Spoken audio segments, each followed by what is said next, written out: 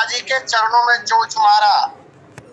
एक बार चुनि कुसुम सुहाए, निज कर भूषण राम बनाए। सीता ही पहिराए प्रभु सादर, बैठे फटिक शिला पर सुंदर।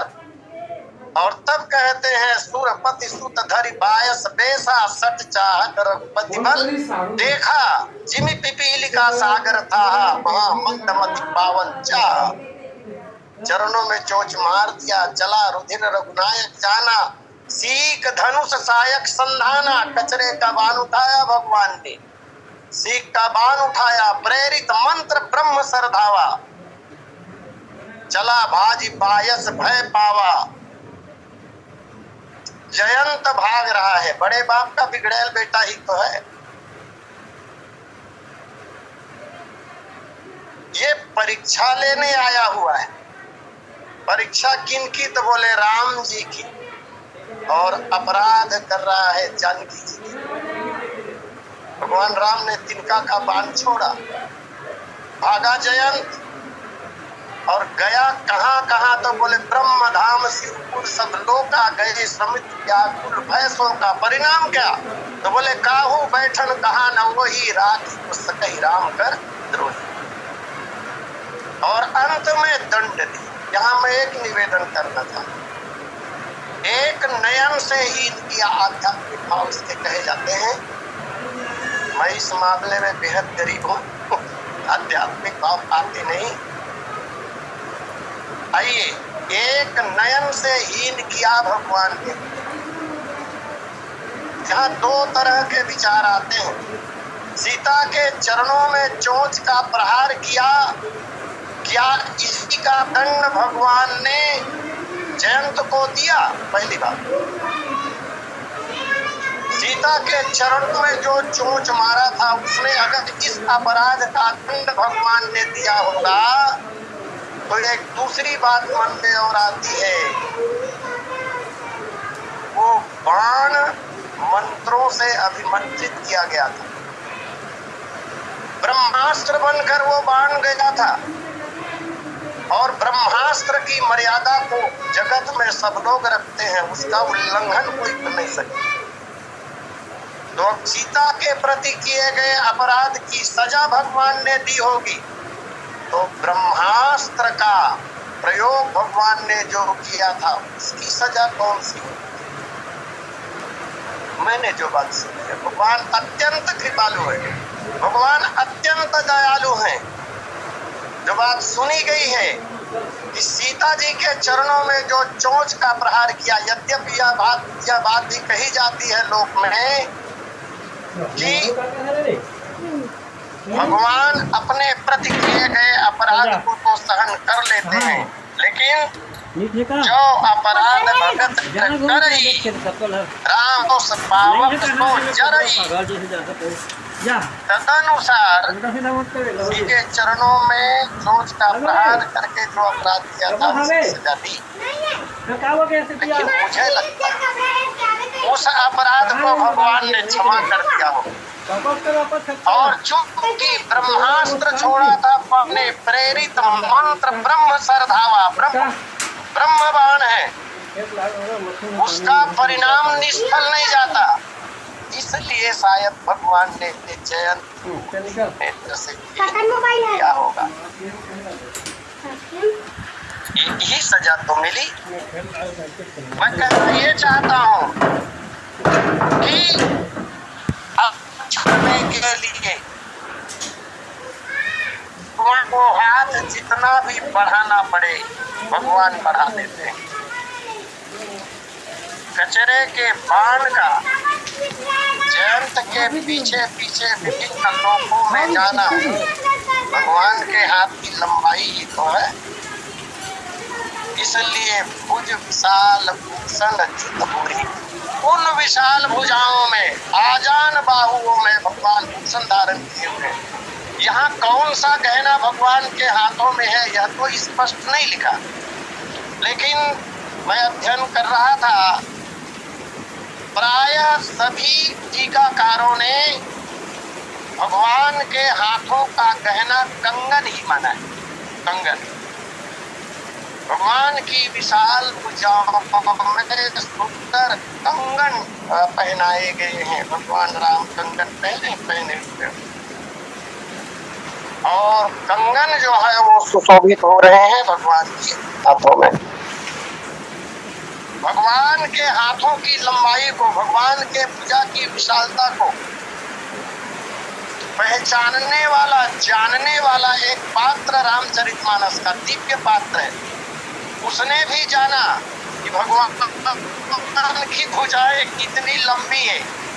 किसी ने पूछा उस महोदय से, काकभूषण जी महाराज से, बोले महाराज आप अपना अनुभव कहिए, भगवान की भुजाओं की विशालता का वर्णन कीजिए आप। भूषण जी महाराज कह रहे हैं, सप्ता वरण भेद करी, जहाँ लगे गति मोरी, गयो तहाँ प्रभु पूजा निरख व्याकुल भयो गौरी। अपना अनुभव सुनाते हुए काकभूषण जी महाराज ने तो कहा था, जब भगवान मालपुआ खा रहे थे और काकभूषण जी महाराज को खाने को नहीं मिला, भगवान भाग जाते थे। भगवान ने मुंह खोला तो पेट के अंदर समा गए।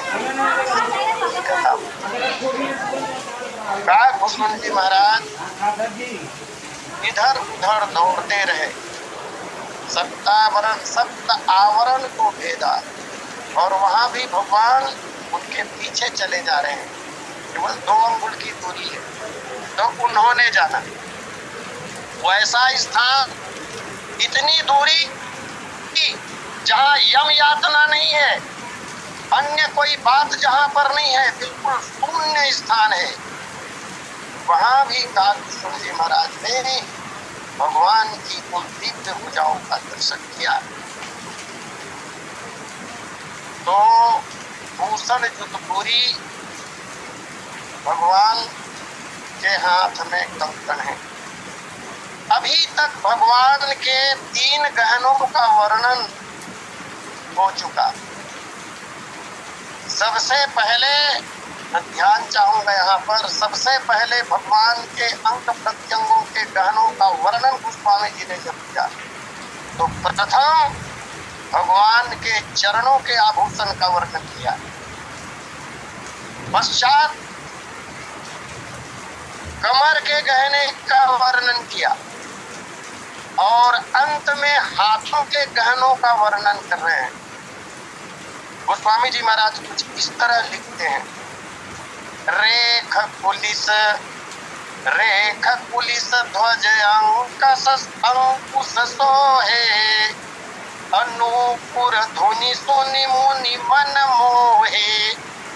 नूपुर की चर्चा पहले और उसके पश्चात हमने कथा में पाया कटि किंकिनी, उदर त्रय रेखा और नाभि गंभीर जान जहि देखा। और आज कह रहे हैं, बोले भुज विशाल भूषण जुत भूरी, हरि नखयति शोभारूरी। भगवान के आभूषणों के वर्णन का क्रम चरण से आरंभ होकर और हाथों तक गया है, नीचे से ऊपर। पढ़ते समय मेरे मन में एक बात आई कि भगवान के आभूषणों का वर्णन चरण से शुरू हुआ है, लेकिन भगवती के आभूषणों का वर्णन, श्री सीता जी के आभूषणों का वर्णन पुष्प वाटिका प्रसंग में जो चौपाई गोस्वामी जी महाराज ने लिखा, किंकिनी नूपुर धुनि सुनी, कहत लखन सन राम हृदय गुनी। श्री जी के आभूषणों का वर्णन कंकन से आरंभ हुआ है। कंकन, फिर किंकिनी और फिर नूपुर, माने क्रम बिल्कुल उल्टा है। इस प्रश्न का समाधान देखने के लिए मैंने कुछ ग्रंथों को पलटा, लेकिन चूंकि यह प्रश्न मन में अचानक उठा था, मौलिक है, तो न तो प्रश्न मिला और न अभी तक उत्तर मिला। आभूषणों के वर्णन का क्रम विपरीत क्यों है? गोविंद दामोदर माधवेति याज्ञवल्क्य भरद्वाज मुनि उमा समेत महेश बंदौ तुलसीदास पुनि कागभुसुंडी खगेश सिया मांडवी उर्मिला श्रुति कीरति परमाम चार ललन चारो लली तुलसी करत प्रणाम जानकी जीवनम वंदे मांडवी प्राणवल्लभम उर्मिला रमणं वंदे कीर्तिकांतं नमाम्यहम् प्रभु अवतार कथा पुनि गाई तब शिशु चरित कहसी मन लाई पूरे मनिहार पदिक की शोभा विप्र चरण दे खत मान लोभा। बोले सियावर रामचंद्र की जय। परम इष्ट श्री सीता रामचंद्र जी महाराज, भगवान भूत भावन शंकर जी, अंजनी नंदन हनुमान जी महाराज, कालजयी ग्रंथ श्रीमद रामचरितमानस के रचयिता अहरनिश पूज्यपाद गोस्वामी जी महाराज, श्री राम कथा सत्संग लिंक से जुड़े हुए समस्त समादरणीय महान भाव, अर्चनीय वंदनीय पूजनीय माताओं तथा बहनों, इस पावन लिंक के संयोजक एवं संचालक आदरणीय पटेल जी, आज के प्रथम लिंक के वक्ता पूज्य चरण डॉक्टर द्विवेदी जी महाराज, जिन्हें हम फर्रुखाबाद से सुन रहे थे, और तृतीय लिंक में जिन्हें सुन पाएंगे बहन उत्तरा गंजेर जी। आइए परमात्मा श्री राम की असीम अनुकंपा और आपके सौजन्य से जो समय प्राप्त हुआ है उसका सदुपयोग करने का प्रयास हो। तब शिशु चरित कहे सिमन लाई, भगवान के शिशु चरित्र पर आप 32वां भाग सुन पा रहे हैं। कल इसी पंक्ति पर चर्चा चल रही थी। पुर मनिहार पदिक की शोभा विप्र चरण देखत मन लोभा। भगवान अपने गले में मणियों की माला धारण किए हुए हैं, साथ ही पदिक भी, और भगवान के वक्षस्थल पर विप्र चरण के चिन्ह अर्थात दृगुलता के चिन्ह शोभायमान हो रहे हैं। कल की कथा में निवेदन किया गया था, कौशल्या माता की गोद में भगवान इस समय विराज रहे हैं, और जैसा कि प्रभु अवतार कथा पुनिगाई में हमने पाया था, एक कल्प जब महाराज मनु और महारानी शत्रुपा क्रमशः दशरथ और कौशल्या बनते हैं,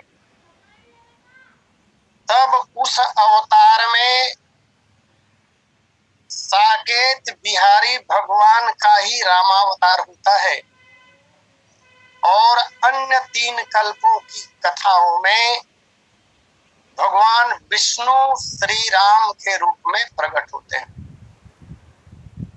श्रीमद् रामचरितमानस में 4 कल्पों की कथाओं का वर्णन है, परंतु एक ही कथा प्रसंग में भी भगवान के जो चरित्र का वर्णन किया गया है वो अलग अलग कल्पों से संबंध रखने वाली भी है।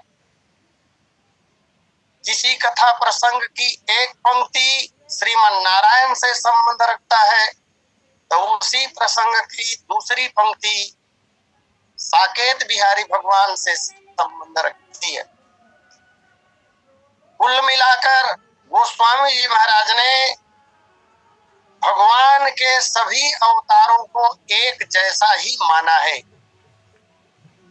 प्रश्न कल यह रखा गया था मेरे ओर से ही कि जब साकेत बिहारी भगवान राम के रूप में अवतरित हुए हैं तो भृगु ने विष्णु जी की में मारी थी। भगवान श्री राम के वक्षस्थल पर चरण चिन्ह जो अंकित है उसमें कोई विवाद नहीं है, परंतु अलग अलग विद्वानों ने अपने अपने ढंग से अलग अलग विचार व्यक्त किए हैं। साकेत बिहारी भगवान के वक्षस्थल में किसी ने लात चलाई हो ऐसा वर्णन प्राप्त नहीं होता। फिर भी जब साकेत बिहारी राम के रूप में आते हैं तब भी वैकुंठाधिपति भगवान के वक्षस्थल के चिन्ह को भगवान धारण करते हैं।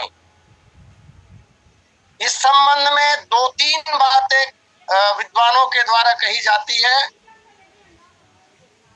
प्रथम तो यह एक मानस जी के बड़े पुराने टीकाकार हुए हैं श्री संत सिंह जी पंजाबी,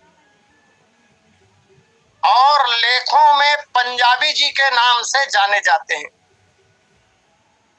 उन्होंने श्रीमद् रामचरितमानस की जो टीका लिखी उसका नाम है भाव प्रकाश टीका, संत सिंह पंजाबी जी के द्वारा की हुई टीका।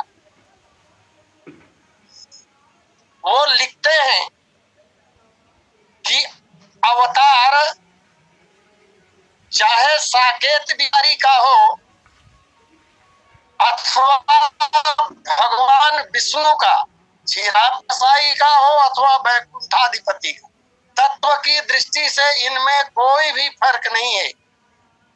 बहुत विनम्रता पूर्वक कहूं मैं, तत्व की दृष्टि से किसी भी विष्णु में, चाहे वो जहां के निवासी हो अथवा साकेत बिहारी भगवान, इनमें जरा भी अंतर नहीं है।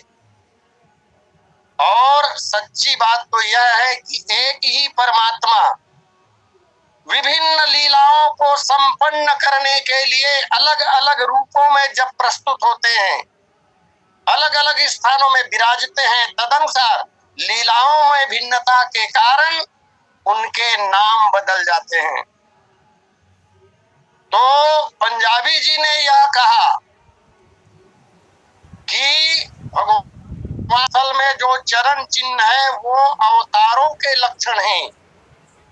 अब अवतार है साकेत बिहारी का हो तो भी वही चिन्ह होंगे, और वैकुंठाधिपति श्रीमन्नारायण का अवतार होगा तब भी वह चिन्ह होंगे।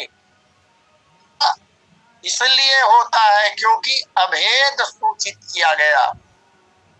एक दूसरी व्याख्या मानस जी की प्राप्त होती है रामायण परिचर्या परिशिष्ट प्रकाश, और इस ग्रंथ के लेखक या इस टीका के टीकाकार श्री रूपकला जी हैं। वो भगवान के 3 स्वरूपों का वर्णन करते हैं।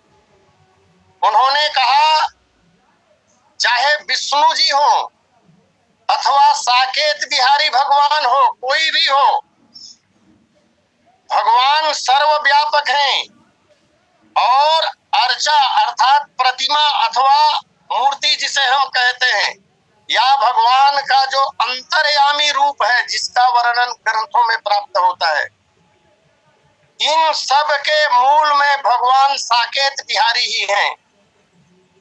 इसलिए भी भगवान साकेत बिहारी के वक्षस्थल पर भृगुलता के चिन्ह स्पष्ट दिखाई देते हैं। और किसी विद्वान ने तीसरी बात कही, और यह वैज्ञानिक दृष्टि से पूर्णतः सत्य है। आकार प्रकार में अंतर हो सकता है, लीलाओं में अंतर पड़ सकता है, लेकिन अंश और अंशी में कोई अंतर होता ही नहीं है। जो तत्व अंशी में होंगे वही तत्व अंश में होंगे। और जैसा कि गोस्वामी जी महाराज ने कहा है, विष्णु बिरंच शंभु भगवाना उपजहि जासु अंश ते नाना। यहाँ पर साकेत बिहारी भगवान जो है वो अंशी हैं और भगवान ब्रह्मा विष्णु और शिव जी उनके अंश हैं। इसलिए भी अंशी और अंश में अभेद होने के कारण साकेत बिहारी भगवान भी विष्णु के हृदय के चरण चिन्ह को स्वीकार करते हैं। एक बात और कहते हैं, वे देवता आर्त हैं। बड़े बड़े राक्षसों से पीड़ित समय समय पर देवता वृंद होते रहते हैं और जब जब देवगण पीड़ित होते हैं तब तब भगवान विष्णु का शरण ग्रहण करते हैं। देवताओं को पूर्ण विश्वास है कि भगवान विष्णु हमारे सबसे बड़े हितैषी हैं, हमारी रक्षा करने के लिए भगवान अवश्य अवतार लेंगे।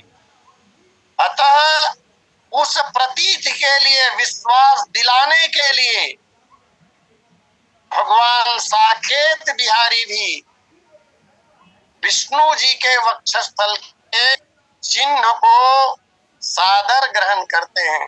एक चौथी बात और,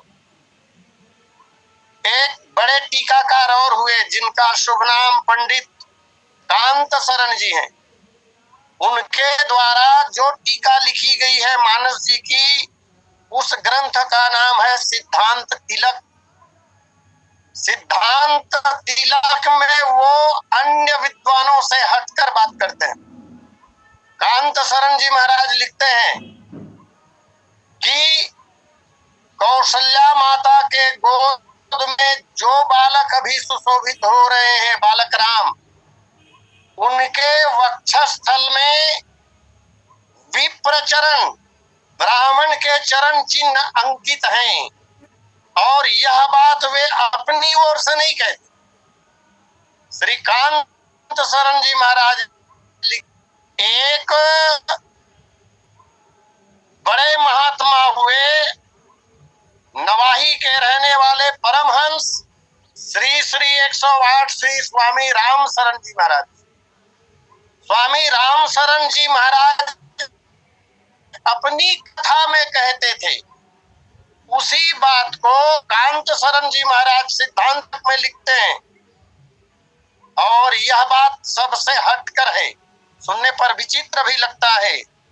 उन्होंने कहा कि गोस्वामी जी का मानस अन्य ग्रंथों से अनुपम है, निराला है और इन जगह विप्रचरण की चर्चा है।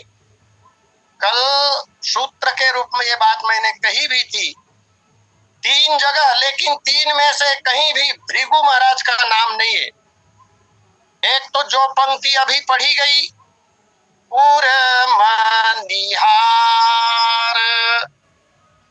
पदिक की शोभा विप्रचरण देखत मन लोभा, यह विप्रचरण का। और दूसरा विप्रचरण का वर्णन आता है लंका कांड में, जहां गोस्वामी जी महाराज ने लिखा, सारंग कर सुंद निसंग सिली मुखाकर कटी कस्यो भुजदंड हरायत उर धरा, अर्थात पृथ्वी के देवता उर धरासुर पद लस्यो विप्रचरण, यहाँ दूसरी बार। और उत्तर कांड में मंगलाचरण के श्लोक में एक जगह कहा गया, केकी कंठाभिनीलम सुरवर विलस विलस विप्रपादाब्ज चिन्हम, विप्रपाद चिन्हम, यहाँ भी विप्रचरण कहा गोस्वामी जी महाराज ने, लेकिन तीनों जगह भृगु का नाम नहीं है। इसलिए महाराज जी कहते हैं, गांधी सिद्धांत तिलक में वर्णन करते हैं, विष्णु में जो चरण चिन्ह है वो भृगु के हैं, लेकिन बालक राम साकेत बिहारी राम के वक्षस्थल में जो विप्र चरण के चिन्ह अंकित हैं वे गुरुदेव वशिष्ठ के चरण चिन्ह हैं। विचित्र सी बात लगती है और इस पर बहुत बातें विद्वानों ने कही है। कुछ विद्वानों का मत है, हम पक्षधर नहीं है किसी के, जो बातें प्राप्त हुई है जानकारी में वो रखी जा रही है। विद्वानों ने कहा कि गुरुदेव वशिष्ठ जो सदा भगवान श्री राम का सम्मान करते थे वो भगवान के वक्षस्थल पर अपना चरण क्यों रखेंगे, ऐसा कहकर आलोचना की। परंतु स्वामी राम शरण जी महाराज प्रमाण देते हैं और उसके प्रमाण में एक सुंदर सी कथा कहते हैं वो।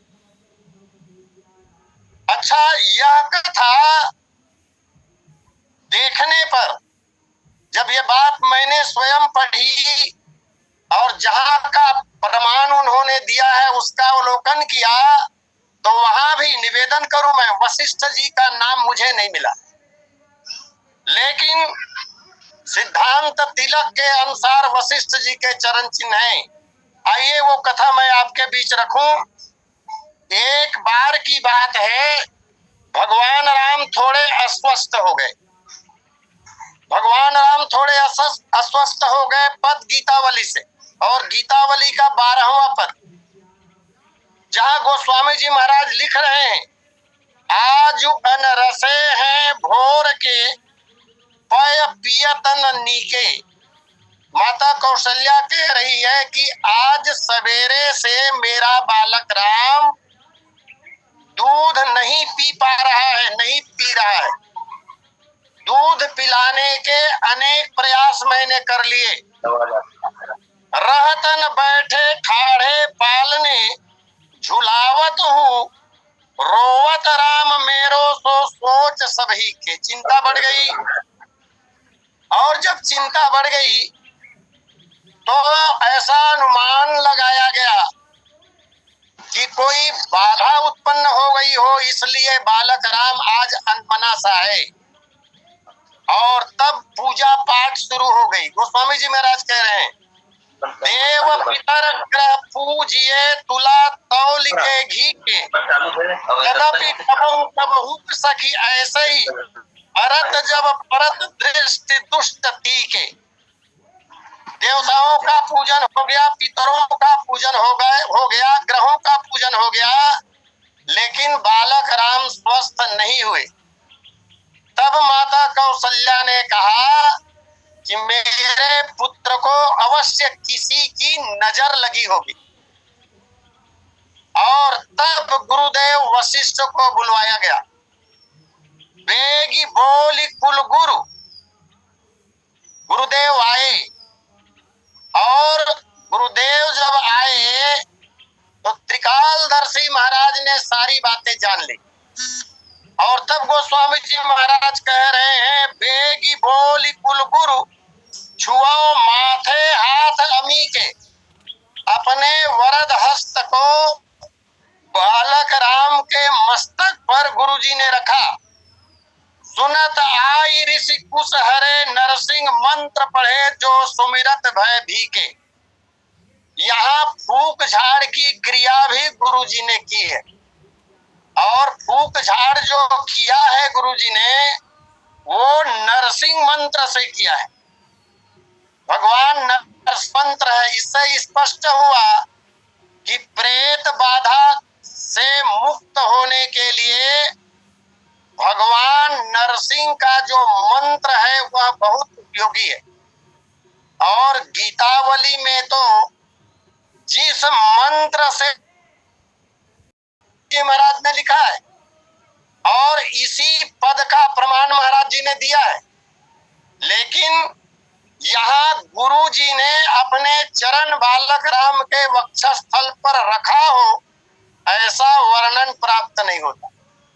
आगे के और जो पद हैं, पद 13वां और 14वां, वहां भी गुरुदेव के चरण पड़े हो ऐसा वर्णन नहीं है। लेकिन महाराज जी कहते हैं कि फूक झाड़ करने के बाद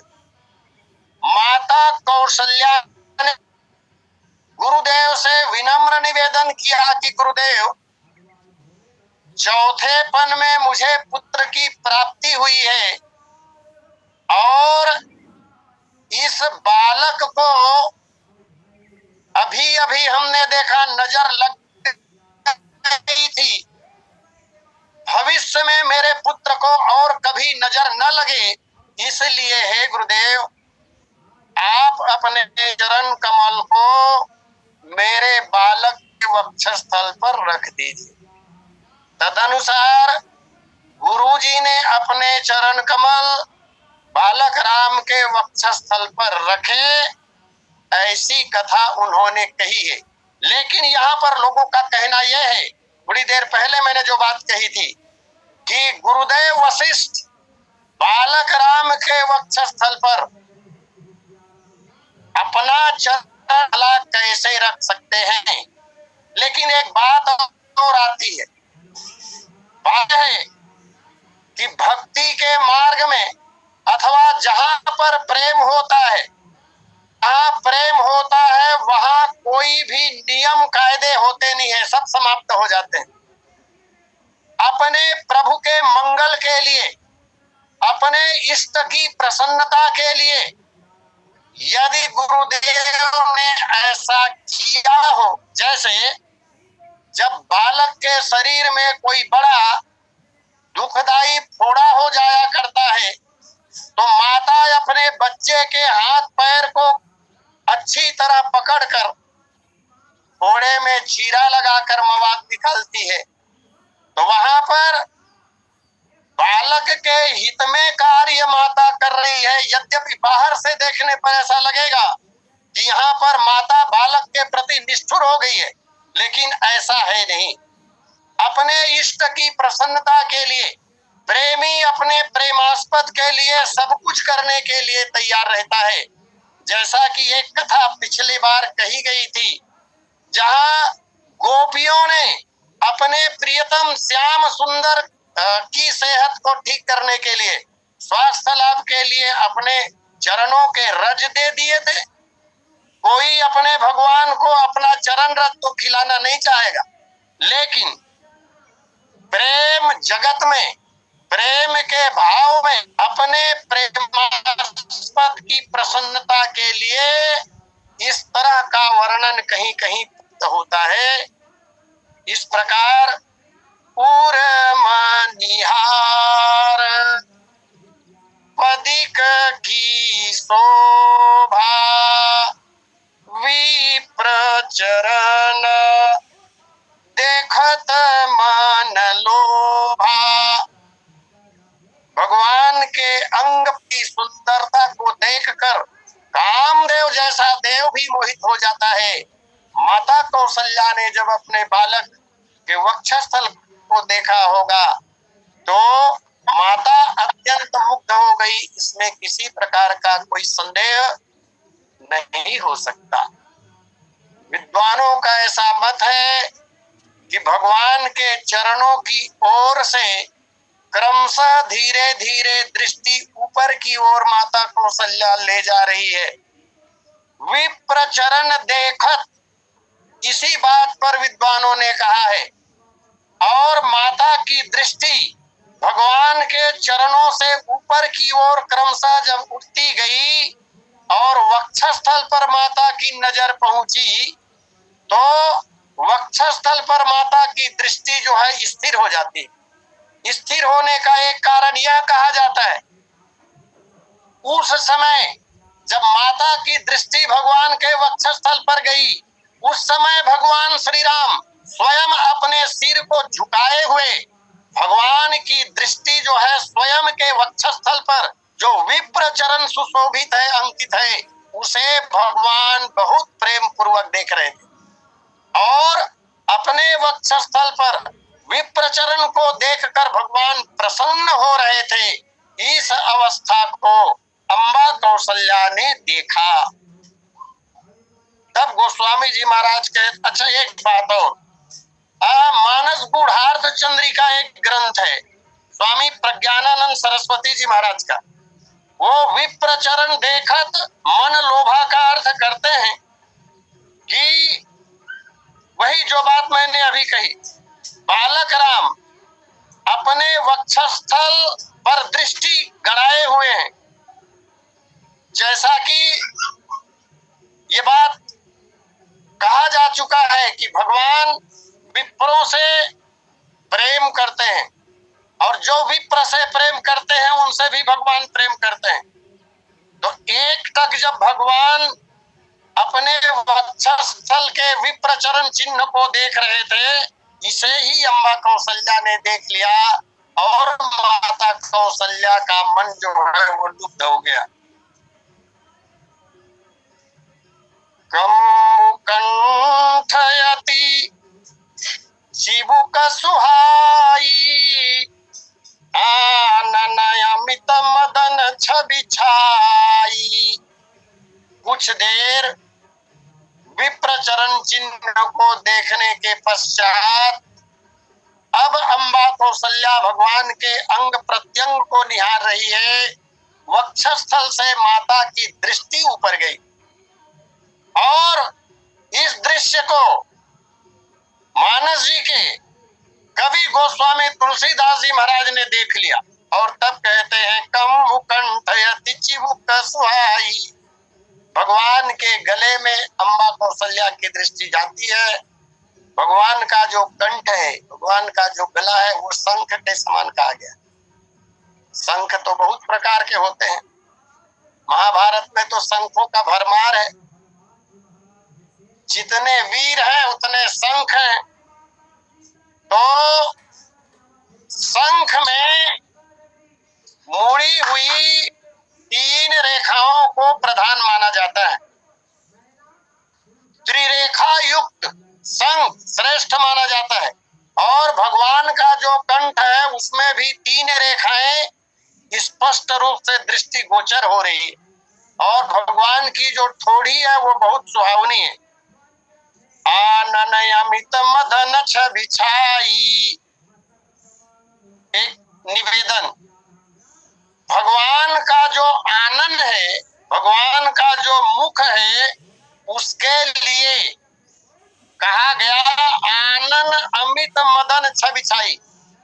पहले जब भगवान के स्वरूप का वर्णन गोस्वामी जी महाराज ने किया था, नील सरोवर नीलमणि नील नीलधर श्याम लाजई तन शोभा निरखी कोटि कोटि सत्काम। करोड़ों कामदेव कहा था। चाहे करोड़ हो, अरब हो, खरब हो, संख्या की सीमा तो है, वहां संख्या की सीमा है। लेकिन अभी जो बालक कौशल्या माता की गोदी में है, उस बालक राम की सुंदरता का वर्णन करते हुए कहा गया करोड़ों कामदेव भी नहीं, अमित कामदेव, असंख्य कामदेव। यहाँ कामदेव की संख्या की कोई मर्यादा नहीं है, कोई सीमा ही नहीं है। भगवान का कंठ अत्यंत ही सुंदर लग रहा है। रेखे रुचिर कमुकल ग्रीवा और जनु त्रिभुवन सुखमा की सीमा। भगवान के गले में जो त्रिरेखा दिखाई दे रही है, इसे आचार्यों ने 3 लोक माना। नीचे की जो रेखा है वही पाताल लोक है, मध्य की रेखा जो है वो भूलोक है और कंठ के ऊपर की जो रेखा है वही देवलोक अर्थात स्वर्गलोक है। अच्छा, भगवान जब मनु शतरूपा के समक्ष प्रकट हुए थे, उस समय जो बात गोस्वामी जी महाराज ने कही थी, इस दोहे पर बहुत चर्चा हो चुकी है। नील सरोवर नीलमणि नील नीरधर श्याम। बातें तो 3 है, 3 चीजों से उपमा दी गई भगवान की सुंदरता की, लेकिन वस्तुएं भले 3 है। और पिछली कथा में मैंने अनुरोध भी किया था, यहाँ पर तत्व की दृष्टि से यदि देखा जाए तो 3 वस्तुओं में 16 तत्व है। नील सरोवर, इसमें 6 तत्व, कमल की 6 विशेषताएं होती हैं। नीलमणि, मणि में 8 विशेषताएं होती है, 8 से 14। और नील नीरधर श्याम, जलयुक्त बादल में 2 विशेषताएं होती हैं।